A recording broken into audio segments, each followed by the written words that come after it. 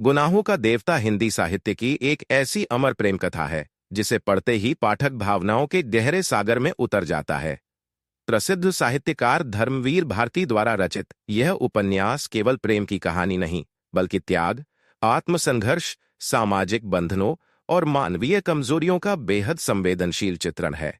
इसमें चंदर, सुधा और बिनती जैसे पात्रों के माध्यम से लेखक ने यह दिखाया है कि सच्चा प्रेम हमेशा मिलन में नहीं, बल्कि त्याग और पीड़ा में भी जीवित रहता है।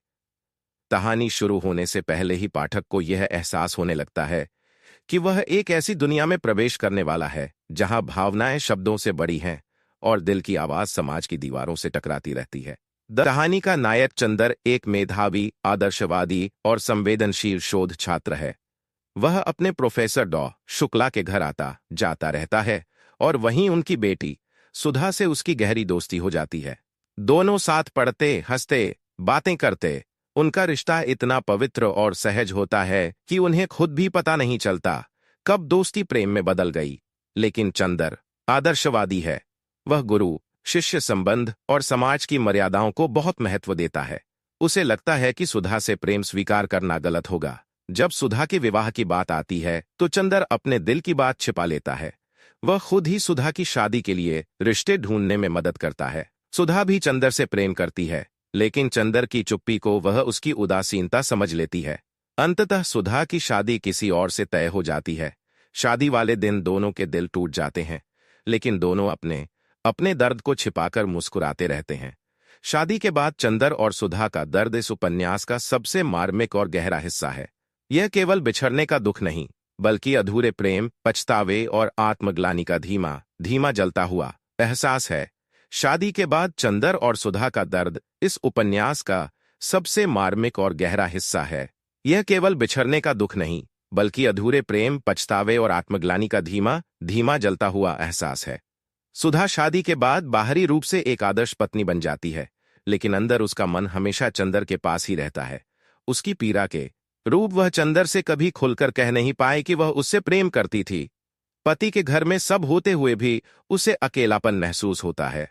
उसे धीरे धीरे समझ आता है कि चंदर ने उसे रोका क्यों नहीं, और यही बात उसे सबसे ज्यादा चुभती है। सुधा अपने दर्द को किसी से कहती नहीं। वह मुस्कुराती है, घर संभालती है, लेकिन भीतर उसका मन लगातार सूखता जाता है, जैसे कोई फूल बिना पानी के मुरझा रहा हो। सुधा की विदाई के बाद चंदर अंदर से खाली हो जाता है। वह खुद को समझाने की कोशिश करता है कि उसने सही किया, पर उसका मन उसे दोष देता रहता है। इसी दौरान उसके जीवन में दो लड़कियां आती हैं। पम्मी, आधुनिक सोच वाली लड़की, बिनीती, भावुक और सरल स्वभाव की। चंदर उनसे जुड़ने की कोशिश करता है, पर हर रिश्ता उसे कृत्रिम लगता है, क्योंकि उसके दिल में सुधा ही बसी रहती है। समय के साथ चंदर समझने लगता है कि उसने अपने ही प्रेम का गला घोंट दिया था। वह सोचता है, क्या आदर्शवाद इतना बड़ा था कि उसने सच्चे प्रेम को खो दिया? उसे महसूस होता है कि समाज और मर्यादा के नाम पर उसने अपने जीवन की सबसे बड़ी खुशी त्याग दी। उधर सुधा भी शादी के बाद खुश नहीं रह पाती। वह भीतर ही भीतर टूटती रहती है। उसका स्वास्थ्य बिगड़ने लगता है और अंततः वह बीमार पड़ जाती है। जब चंदर को यह खबर मिलती है और वह उससे मिलने जाता है, तब तक बहुत देर हो चुकी होती है। सुधा उसे अंतिम बार देखकर मुस्कुरा देती है और हमेशा के लिए चली जाती है। उस क्षण चंदर को महसूस होता है कि उसने अपने ही हाथों अपने प्रेम को खो दिया।